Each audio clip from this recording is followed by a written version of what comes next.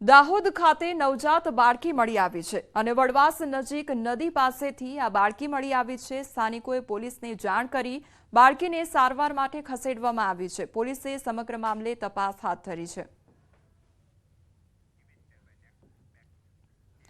આ તરફ દીવમાં રખડતા ઢોરનો આતંક જોવા મળ્યો છે અને ઘોઘલા બીચ વિસ્તારમાં આખલા બાખડ્યા હતા તો સ્થાનિકોએ છૂટા પાડવા પથ્થર અને પાણી ફેંક્યું હતું અને બાખડેલા આખલાઓને બાઇકને અડફેટે લીધું હતું તો વિડીયો સોશિયલ મીડિયામાં વાયરલ થયો છે। તો રખડતા ઢોરોનો આતંક જોવા મળી રહ્યો છે દીવ ખાતે અને તેના કારણે વાહનોને પણ નુકસાન પહોંચી રહ્યું છે તે અંગેનો વિડીયો પણ સામે આવ્યો છે।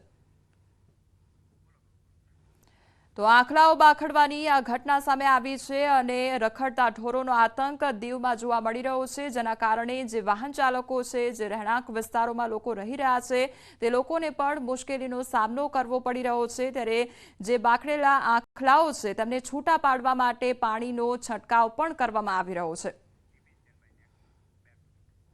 આ તરફ છોટાઉદેપુરમાં માનવભક્ષી દીપડાનો આતંક જોવા મળી રહ્યો છે। પોટિયા ગામે વૃદ્ધ દીપડાનો હુમલો કરવામાં આવ્યો અને ખેતરમાં કામ કરતા સમયે હુમલો કર્યો હતો। વૃદ્ધને સારવાર માટે હોસ્પિટલ ખાતે ખસેડવામાં આવ્યા છે। વન વિભાગે દીપડાની શોધખોળ હાથ ધરી છે।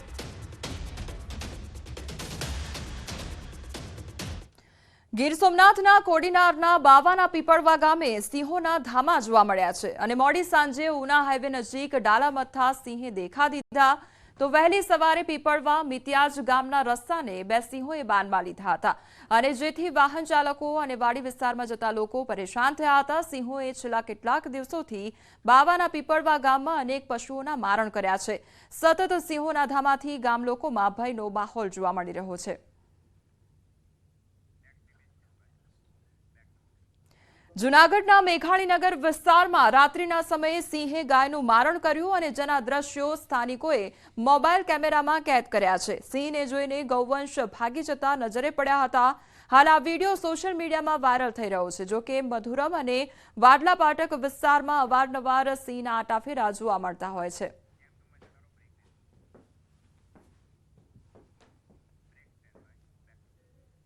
સમાચારોમાં આગળ વધીએ તે પહેલા રોકાઈશું એક બ્રેક માટે।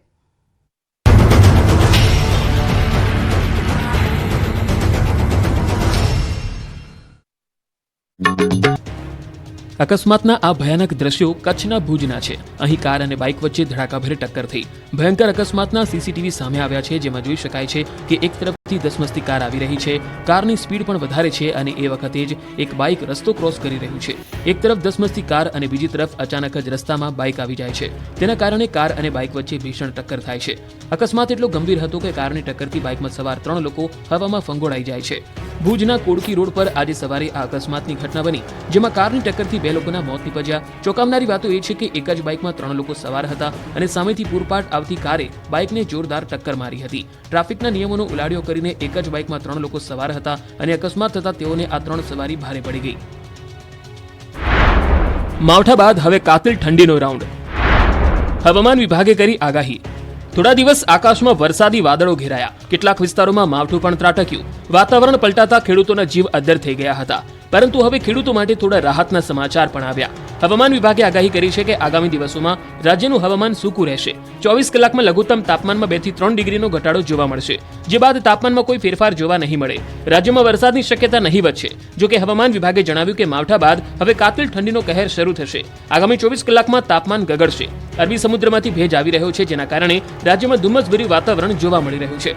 आने वाले दिनों के लिए जो गुजरात स्टेट के लिए फोरकास्ट है उसमें ड्राई वेदर प्रिवेल करेगा और मिनिमम टेम्परेचर की बात करेंगे तो मिनिमम टेम्परेचर में 2 से 3 डिग्री की गिरावट दर्ज होगी आने वाले 24 घंटे में। उसके बाद टेम्परेचर नो लार्ज चेंज में रहेगा और मिनिमम टेम्परेचर रियलाइज की बात करेंगे तो मिनिमम टेम्परेचर जो अहमदाबाद में रियलाइज हुआ है वो 16.5 डिग्री सेल्सियस और गांधीनगर में 16 डिग्री सेल्सियस।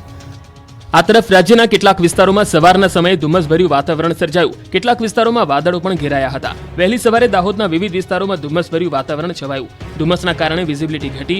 દાહોદમાં હિલ સ્ટેશન જેવો માહોલ સર્જાયો હતો। પાલનપુરમાં બસ પોર્ટની આગળ પાર્ક કારમાંથી ₹20,000 ઉઠાવી ગઠિયો છુમંતર થયો હોવાની ઘટના બની છે। આ સમગ્ર બનાવ સીસીટીવીમાં કેદ થયો છે.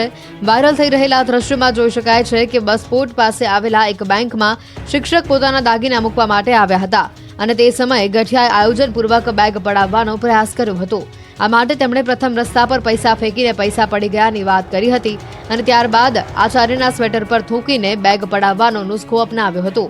પરંતુ શિક્ષકને છેતરી ન શકાતા આખરે તેમણે આચાર્યની કારમાં રહેલા 20,000 રોકડા સેરવી લીધા અને છુમંતર થઈ ગયા હતા. ગઠિયાઓની આ અવનવી તરકીબો સીસીટીવી કેમેરામાં કેદ થઈ છે.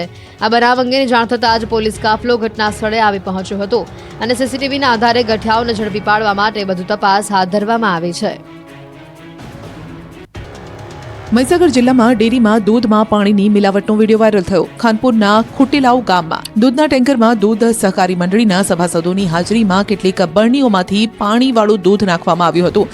સમગ્ર ઘટના સીસીટીવીમાં કેદ થઈ. ડેરીના સભાસદો પોતાના આર્થિક હિત માટે ડેરીને નુકસાન પહોંચાડી રહ્યા હોવાનો ખુલાસો થયો. આ વાયરલ સીસીટીવી ફૂટેજને લઈ ન્યૂઝ 18 ગુજરાતી ખુટીલાવ ગામની ડેરીમાં જઈને કર્મચારીઓ સાથે વાતચીત પણ કર્યું, રિયાલિટી ચેક પણ કર્યું. દૂધમાં પાણી ભેળવનાર બીજું કોઈ નહીં પરંતુ ખુદ ડેરી મંડળીના ઓડિટર રહી ચૂકેલા અશોક પટેલ જ હતા. આ ખુલાસો દૂધ મંડળીના ચેરમેન હસમુખભાઈ પટેલે કર્યો અને ત્યારબાદ ન્યૂઝ 18ની ટીમ વાયરલ સીસીટીવી દ્વારા ખોટેલાવ ગામની દૂધ મંડળીમાં જઈને ડેરીમાં કામ કરતા કર્મચારીઓ સાથે પણ વાત કરે છે.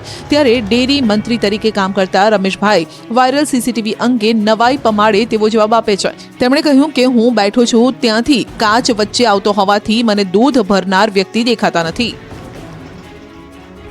હવે તમે મને તો દેખાતું નહીં, ઓછું દેખાય છે કાચમાં ઓછું દેખાય એટલે શું ખબર પડે.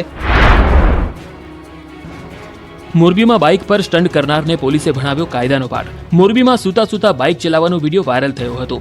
યુવકે જોખમી રીતે બાઇક ચલાવીને પોતાની સાથે રસ્તા પર પસાર થતા વાહન ચાલકો, રાહદારીઓનો જીવ પણ જોખમમાં મૂક્યા.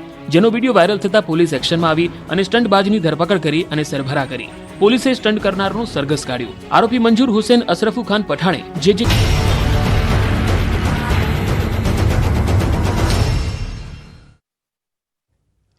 બ્રેક બાદ આપનું સ્વાગત છે. સમાચારમાં આગળ વધીએ તો બનાસકાંઠાના ધાનેરામાં ઉપાશ્રય અને દેરાસર બનાવવા બાબતનો વિવાદ વકર્યો છે.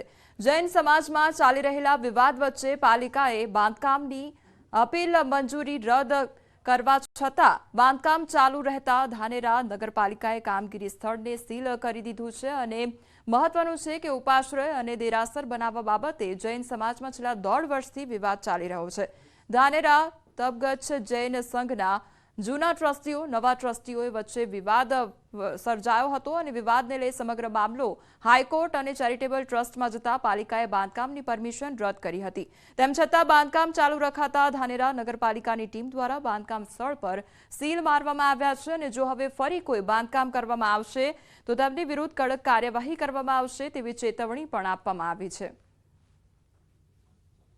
પાલિકાના કાર્યની વિરુદ્ધમાં સુપ્રીમ કોર્ટ અને હાઈકોર્ટના દરવાજા આગામી સમયમાં ખખડાવનાર છીએ તથા જે ગેરકાયદેસર બાંધકામ પ્લાન મંજૂરી વિના થયેલ છે એ વિશે અમે ગાંધીનગર ખાતે સરકારશ્રીનું પણ ધ્યાન દોરેલ છે અને આવનાર સમયમાં ન્યાયના હિતમાં સરકારશ્રી યોગ્ય પગલાં લે એવી અમને માંગણી છે. નગરપાલિકાએ સ્થળ ઉપર જઈને સાઇટ સીલ કરેલી છે એટલે કે હવે સ્થળ ઉપર કોઈ પણ પ્રકારનું કામ કરી શકાશે નહીં નગરપાલિકાની પૂર્વ મંજૂરી સિવાય.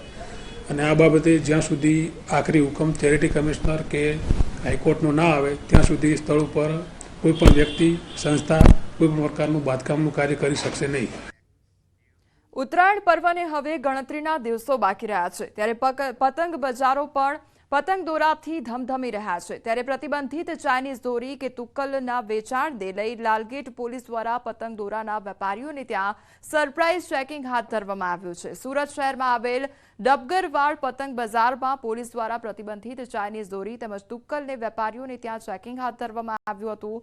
તેમજ પોલીસ દ્વારા આશરે 40થી વધુ નાની મોટી દુકાનોમાં ચેકિંગ કરવામાં આવ્યું હતું. સાથોસાથ પોલીસ દ્વારા વેપારીઓને સાવચેત પણ કરવામાં આવ્યા હતા કે જો આવનારા દિવસોમાં પણ ચેકિંગ દરમિયાન પ્રતિબંધિત ચાઇનીઝ દોરી કે તુક્કલ મળી આવશે તો કડક કાર્યવાહી હાથ ધરવામાં આવશે. ઉલ્લેખનીય છે કે ચાઇનીઝ દોરીના કારણે રાજ્યમાં અનેક અકસ્માત અને તુક્કલના કારણે અનેક આગની ઘટના સામે આવી છે. ત્યારે આ વર્ષે આ પ્રકારની દુર્ઘટના અટકે એ માટે સુરત પોલીસ એક્શન મોડમાં આવી ગઈ છે. જો આવી કોઈ દોરી અથવા તુક્કલ પકડાશે તો મહેરબાન પોલીસ કમિશનર સાહેબનું જાહેરનામું છે અને જાહેરનામા મુજબ જથ્થો કબજે કરીને FIR નોંધી આગળની કાર્યવાહી કરવામાં આવશે. સંસ્કૃત ભાષાને જન